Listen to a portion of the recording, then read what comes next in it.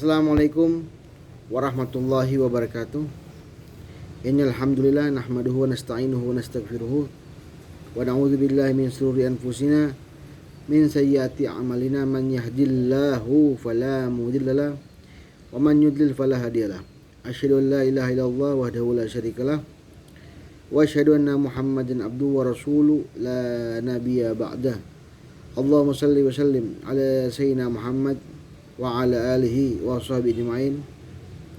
Pertama-tama puji syukur atas kehadirat Allah SWT di mana kita dipertemukan lagi dalam YouTube ini. Salam dan salam tak lupa kita sampaikan kepada baginda Nabi Allah Muhammad sallallahu alaihi wasallam.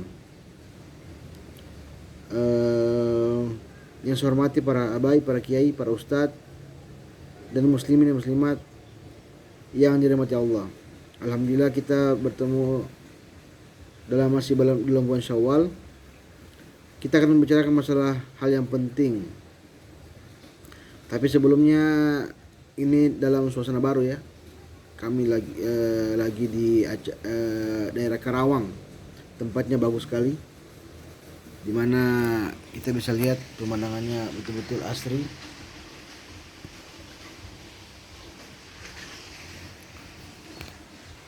Untuk merubah suasana seperti itu, sehingga kita akan mencoba untuk memberikan suasana baru. Oke, pada hari ini kita akan bahas lagi tentang satu hadis Nabi Muhammad SAW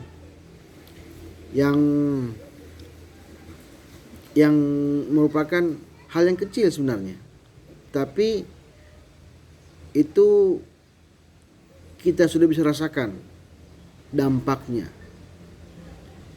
Hadis tersebut dari Maisarah yang saya kutip dari Imam Bukhari. Rasulullah pernah bersabda, hadatsana Imran bin Maisarah qala hadatsana Abdul Warith an Abi Tayyah an Anas qala Rasulullah sallallahu alaihi wasallam inna min asyatis sa'ah an yarfa'al ilmu wa yasbutal jahlu wa yashrabul khamar wa yadharuz zina. Afwan, dari Anas bin Malik ya, bukan Maisarah. Dari Anas bin Malik, Rasulullah pernah bersabda bahwa di antara tanda-tanda kiamat itu ada 4. Inna min asratis sa'ah an yarfa'al ilma. An yarfa'al ilma itu ialah diangkatnya ilmu pengetahuan. Wa yasbutal jahlu, merebaknya kebodohan. Wa yashrabul khamar, diminumnya khamar secara terang-terangan.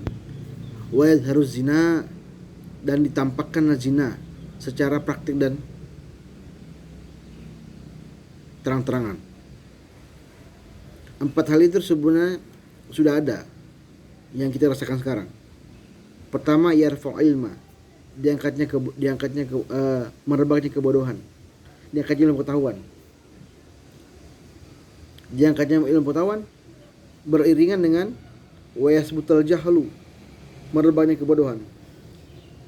Ketika Allah mengangkat ilmu pengetahuan, itu Allah mengangkat ilmu pengetahuan bukan menghilangkan buku-buku, tetapi meninggalnya para ulama. Al-ulama warasatul anbiya. Kita dengar banyak para habaib, para kiai, para ustadz meninggal. Itu sebuah kehilangan besar. Bahkan Imam Al-Ghazali atau Imam Syafi'i itu pernah mengatakan meninggalnya ulama itu merupakan sebuah kerugian besar bagi sebuah bangsa atau kerugian besar bagi sebuah negara tersebut, kerugian besar bagi tempat tersebut. Meninggalnya orang berilmu itu merupakan sebuah hal yang sangat luar biasa. Anda bisa bayangkan seorang kiai meninggal, seorang ustaz meninggal, seorang habaib meninggal yang mempunyai ilmu. Itu pasti akan berdampak kepada kehidupan di sebuah tempat tersebut. Dan itu kita bisa rasakan sekarang. Mulai dari masa Covid itu mulai meninggal, banyak para ulama, para kiai, dan mereka yang berdakwah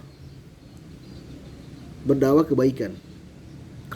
Kalau kemarin kita akan bahas tentang dakwah, sekarang kita bahas tentang kematiannya orang berdakwah, dan itu merupakan tanda-tanda kiamat.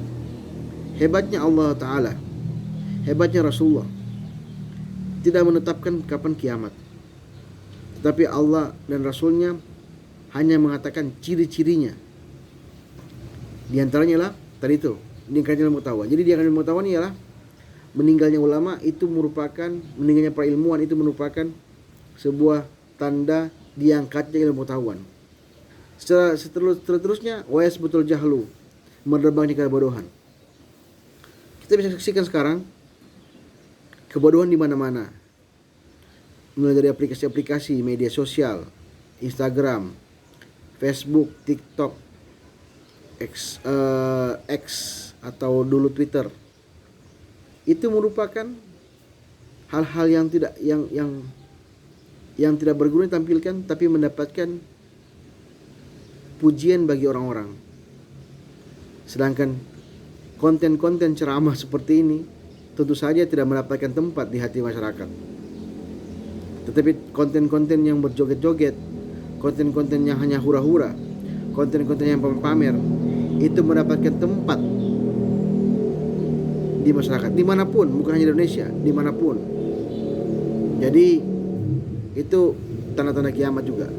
Yang berikutnya, wayasrabul hamr, merebaknya minuman keras. Dahulu orang-orang sembunyi-sembunyi minuman keras, ketakutan. Bahkan ketika mencium bau mulut mereka yang mabuk, mereka malu. Ada seperti itu. Tapi sekarang secara terang-terangan mereka menjual. Bahkan di media sosial kita lihat secara gampang mendapatkannya. Bahkan beberapa aplikasi menjual hal tersebut. Tinggal dikirim, tinggal mendapatkan pengantaran sampai ke rumahnya masing-masing. Bahkan secara terang-terangan digambarkan di media sosial mereka minum. Bahkan diungkapkan di beberapa tempat, beberapa media sosial, mereka itu sengaja minum seperti itu. Itu kan merupakan tanda-tanda kiamat. Tapi Allahu a'lam bishawab, kita nggak tahu. Yang terakhir, merebaknya zina. Semua hal tersebut sudah digambarkan. Aplikasi-aplikasi tersebut sudah menggambarkan betapa gampangnya praktik zina itu didapatkan. Anda tinggal buka aplikasi, Anda tinggal download aplikasi dan mendapatkannya. Dan tentu saja itu juga tanda-tanda dari kiamat, yang kalau kita melihatnya itu merupakan sebuah hal yang merugikan masyarakat. Makanya dalam Al-Quran dijelaskan, wal 'asr innal insana lafi khusr illa alladziina aamanu wa 'amilus sholihati wa tawassaw bil haqqi wa tawassaw bis sabr. Wal 'asr, demi masa, innal insana lafi khusr, sungguhnya manusia dalam kerugian kecuali orang-orang yang beriman dan takwa. Jadi orang-orang yang merugi itu ya itu, yang tidak mendapatkan keimanan dan ketakwaan dan hanya mendapatkan kesenangan dunia belaka. Tapi saya tidak berbicara mengenai masalah tersebut. Allah mengatakan dalam Al-Quran, wabtaghi fima ataka Allah daral akhirah wa la tansa nasibaka min dunya. Carilah kepadamu tempat di akhirat dan jangan melupakan nasibmu di dunia. Tapi Allah memberikan keseimbangan, tidak serta-merta beribadah terus. Allah juga menyuruh kita untuk jangan melupakan nasib kita di dunia. Itu menunjukkan apa? Itu menunjukkan bahwasanya Allah menggambarkan kita harus hidup seimbang.